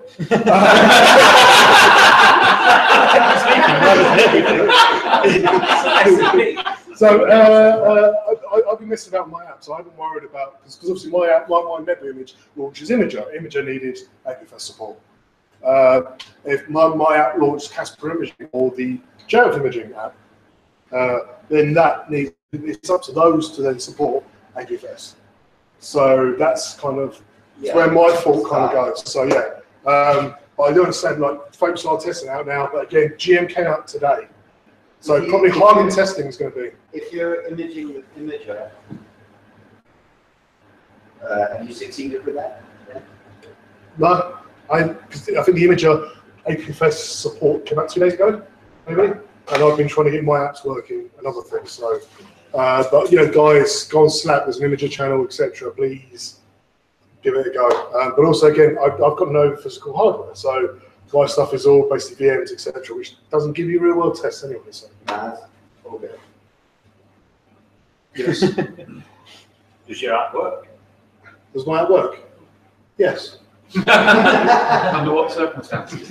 What's the context? Any circumstances that Mark isn't touching it is fine. So you want me to try and break it again? Yes. Yeah. It's fixable. That's why it's pre-released at the moment. So. Yeah, the GM version. Yeah, yeah. Because the app version is different than the GM version.